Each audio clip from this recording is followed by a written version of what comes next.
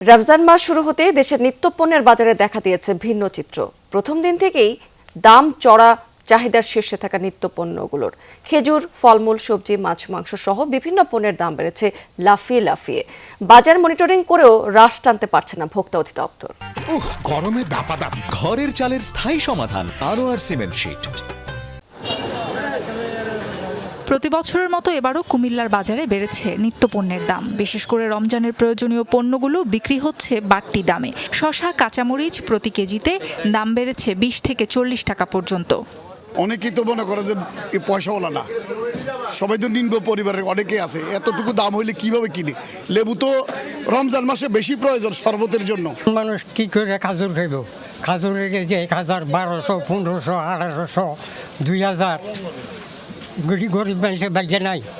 ইফতারের সবচেয়ে প্রয়োজনীয় খেজুর নিম্নবিত্তদের নাগালের বাইরে। ব্রয়লার মুরগি সপ্তাহের ব্যবধানে কেজিতে দাম বেড়েছে 40 টাকা। খরচের ভার সামাল দিতে নাজেহাল ক্রেতা।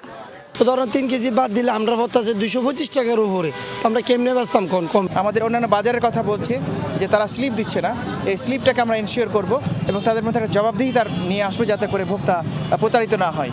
চাঁদপুরে সবজির ঊর্ধ্বমুখী দাম নিয়ে হতাশ স্বল্প ও মধ্য আয়ের মানুষ। সবজি, মাছ, মাংসের পাশাপাশি বেড়েছে সব ধরনের ফলের দাম। মূল্য নিয়ন্ত্রণে কার্যকর পদক্ষেপ নেই অভিযোগ ভোক্তাদের। যদিও ভোক্তা অধিদপ্তরের দাবি, কারসাজি পেলেই ব্যবস্থা নেওয়া হচ্ছে। সব জায়গায় যদি সবকিছু কাঁচা বাজার সবকিছু যদি এরকম দাম বাড়তে থাকে, তাহলে সাধারণ মানুষের পক্ষে কিনে খাওয়া অত্যন্ত দুরূহ হয়ে যাবে। সেল কম হয়, সাপ্লাই কম হয়, তাই একটু প্রতি বাড়িয়ে দেয় 200-300 টাকা, 500 টাকা ক্যারেটে বাড়িয়ে দেয়। কোনো ধরনের অনিয়ম বা অবৈধ মজুতদারি বা কৃত্রিম সংকট বা অধিক লাভে বা মুনাফায় যদি বিক্রি করে, তাহলে আমরা আইনের যে প্রয়োগ সেটা কঠোরভাবে প্রয়োগ করবো এবং আমাদের এই রমজান ব্যাপী আমাদের এই বিশেষ মনিটরিং অব্যাহত থাকবে।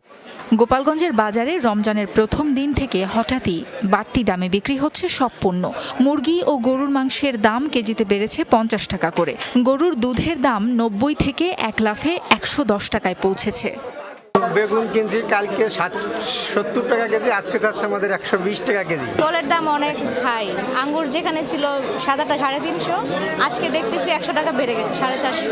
দুদিন আগে আমি যেটা আনারস নিয়েছি 120 টাকা করে, সেটা আজকে 200 টাকা জোড়া। এই শসার দাম বাড়ছে কাস্টমারের খামখেয়ালি কারণে।